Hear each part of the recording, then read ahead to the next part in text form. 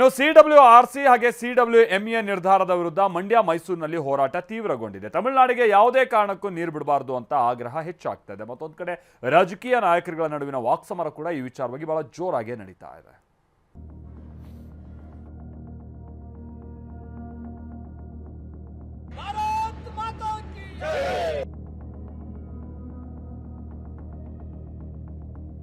ಮಂಡ್ಯದಲ್ಲಿ ಕಾವೇರಿ ನೀರು ಹೋರಾಟದ ಕಿಚ್ಚು ದಗದಗ.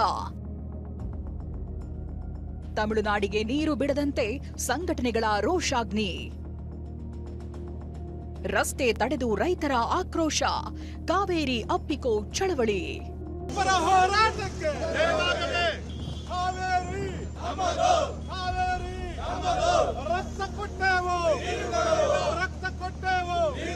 ಆಕ್ರೋಶ, ರೋಷಾಗ್ನಿ.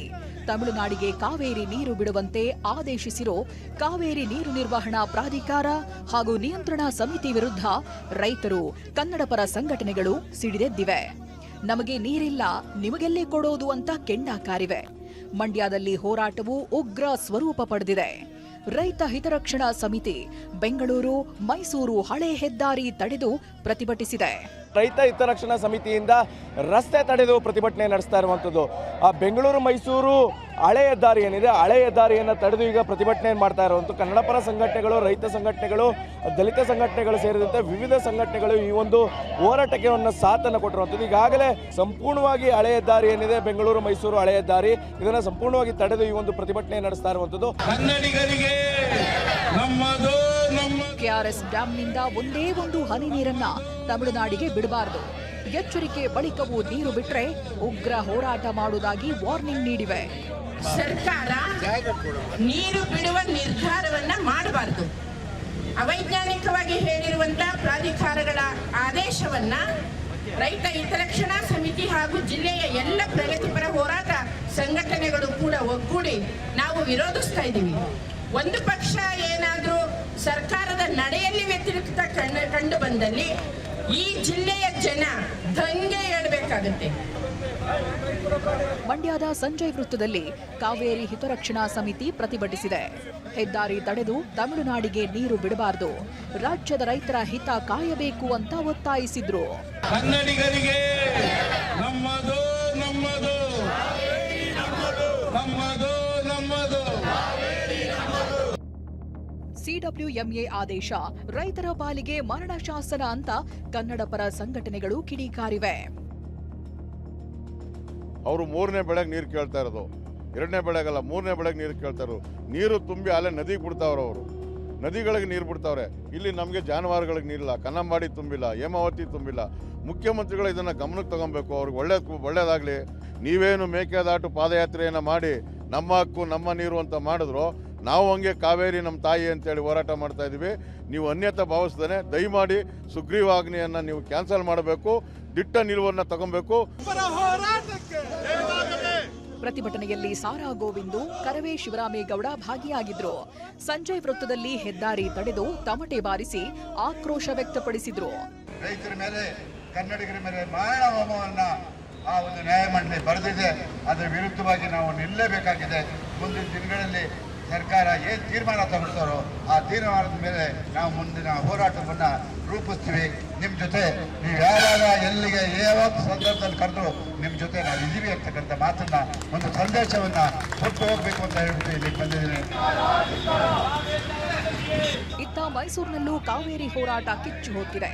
ಕಾವೇರಿ ಕ್ರಿಯಾ ಸಮಿತಿಯು ದೊಡ್ಡ ಗಡಿಯಾರದ ಬಳಿ ರಸ್ತೆ ತಡೆದು ಪ್ರತಿಭಟಿಸಿದೆ.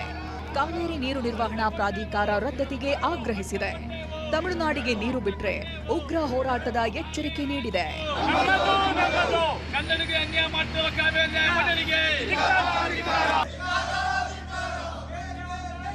ರಾಜ್ಯ ರೈತ ಸಂಘವು ಹೋರಾಟ ನಡೆಸಿದೆ.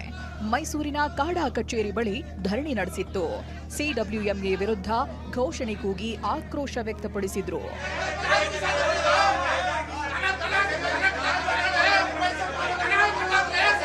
ಮೊದಲು ನಮ್ಮ ನಾಲೆಗಳಿಗೆ ನೀರನ್ನು ಹರಿಸಿ, ನಾವು ಬೆಳೆಗಳಿಗೆ ನೀರನ್ನು ಕೇಳ್ತಾ ಇಲ್ಲ. ಜಾನುವಾರುಗಳಿಗೆ, ದನ ಕರುಗಳಿಗೆ ಕುಡಿಯೋದಕ್ಕೆ ನೀರನ್ನ ಕೇಳ್ತಾ ಇದ್ದೇವೆ. ಆದರೆ ಸರ್ಕಾರ ಇದುವರೆಗೂ ನಾಲೆಗಳಿಗೆ ನೀರನ್ನ ಹರಿಸಿಲ್ಲ. ಒಂದು ಕಡೆ ಬರದ ಛಾಯೆ ಇದೆ. ಬೆಳೆಯನ್ನ ಬೆಳಿಬೇಡಿ ಅಂತೇಳಿ ರಾಜ್ಯ ಸರ್ಕಾರವೇ ಸೂಚನೆ ಕೊಟ್ಟಿದೆ. ಸೊ ಅವ್ರು ಹೇಳಿದಂಥದ್ದು ನಾಲೆಗಳಿಗೆ ನೀರನ್ನ ಕೊಡ್ತೇವೆ ಅಂತೇಳಿ, ಆದ್ರೆ ಇದೀಗ ನಾಲೆಗಳಿಗೆ ನೀರನ್ನ ಹರಿಸದೆ ತಮಿಳುನಾಡಿಗೆ ನೀರನ್ನ ಹರಿಸ್ತಾ ಇದ್ದಾರೆ ಅಂತೇಳಿ ಪ್ರತಿಭಟನೆಯನ್ನ ಮಾಡ್ತಾ ಇದ್ದಾರೆ. ತಮಿಳುನಾಡಿಗೆ 16 ಟಿಎಂಸಿ ನೀರು ಬಿಡೋದು ಕಷ್ಟ. ರಾಜ್ಯಕ್ಕೆ ಅನ್ಯಾಯವಾಗದಂತೆ ನೋಡಿಕೊಳ್ತೇವೆಂದ ಸಚಿವರು. ಸಿಡಬ್ಲ್ಯೂಎಂಎ ಆದೇಶಕ್ಕೆ ಜಲಸಂಪನ್ಮೂಲ ಸಚಿವ ರಾಮಲಿಂಗಾರೆಡ್ಡಿ ಅಸಮಾಧಾನ ವ್ಯಕ್ತಪಡಿಸಿದ್ದಾರೆ. ಮತ್ತೆ 16 ಟಿಎಂಸಿ ನೀರು ಬಿಡೋದು ಕಷ್ಟ ಅಂತ ಹೇಳಿದ್ರೆ ಸುಪ್ರೀಂ ಕೋರ್ಟ್ ಮೊರೆ ಹೋಗಲು ನಿರ್ಧಾರ ಮಾಡಿದ್ದೇವೆ ಎಂದು ಸಚಿವ ನರೇಂದ್ರ ಸ್ವಾಮಿ ಹೇಳಿದ್ದಾರೆ. ಹಿಂದೆ 3,500 ಕ್ಯೂಸೆಕ್ಸ್ ಬಿಡಿ ಅಂದ್ರು ಅದು ಓಕೆ. ಈಗ 12,000 ಕ್ಯೂಸೆಕ್ಸ್ ಒಂದು ದಿನಕ್ಕೆ ಬಿಡಿ ಅಂತ ಹೇಳಿದ್ರೆ ನಮ್ಗೇನಾಗುತ್ತೆ, 15 ದಿನಕ್ಕೆ 16 TMC ಹೋಗ್ಬಿಡುತ್ತೆ. 16 TMC ಇದು ತೀರಾ ದುಬಾರಿ, ಸರಿ ಇಲ್ಲ. ಸುಪ್ರೀಂ ಕೋರ್ಟ್ಗೆ ಅಪೀಲ್ ಹೋಗೋದಕ್ಕೆ ಈಗ ನಮ್ಮ ಸರ್ಕಾರ ತೀರ್ಮಾನ ತಗೊಳ್ತಾ ಇದೆ. ಮುಖ್ಯಮಂತ್ರಿಗಳ ಬಗ್ಗೆ ಸಾಕಷ್ಟು ತಾಂತ್ರಿಕ ಪರಿಣಿತರ ಜೊತೆ ಚರ್ಚೆ ಮತ್ತು ಕಾನೂನು ಪಂಡಿತರ ಜೊತೆ ಚರ್ಚೆ ಮಾಡ್ತಿದ್ದಾರೆ. ಸೊ ಅದನ್ನು ತುರ್ತಾಗಿ ಇವತ್ತು ಅಥವಾ ನಾಳೆ ಒಳಗೆ ಅವನ್ನ ಅಪೀಲ್ ಆಗ್ತಾ ಇದ್ದೀವಿ. ಕೇಂದ್ರ ಸಚಿವ ಎಚ್.ಡಿ. ಕುಮಾರಸ್ವಾಮಿ ಕೂಡ ಪ್ರತಿಕ್ರಿಯಿಸಿದ್ದು, ನೀರಿನ ಕೊರತೆ ಇದ್ದಾಗ ಏನು ಮಾಡಬೇಕೆಂಬ ಚರ್ಚೆ ಮಾಡಲ್ಲ ಅಂತ ಕಿಡಿಕಾರಿದ್ರು. ಕಾವೇರಿ ಟ್ರಿಬ್ಯುನಲ್ನಲ್ಲೂ ಡಿಸ್ಟ್ರೆಸ್ನ ಪರಿಸ್ಥಿತಿಗಳಲ್ಲಿ ನೀರಿನ ಕೊರತೆ ಇದ್ದಾಗ ಡಿಸ್ಟ್ರೆಸ್ ಫಾರ್ಮುಲಾ ಏನು ಅಂತಕ್ಕಂಥದ್ದು ಅವರು ಹೇಳಿರಲಿಲ್ಲ.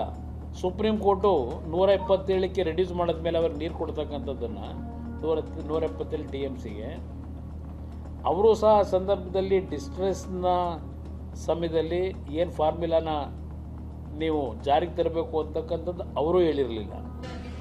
ಕಾವೇರಿ ಕಿಚ್ಚು ದಗದಗಿಸ್ತಿದೆ. ಮುಂದೆ ಮತ್ಯಾವ ಹಂತ ತಲುಪುತ್ತೋ ಕಾದು ನೋಡಬೇಕಿದೆ. Bureau report TV9.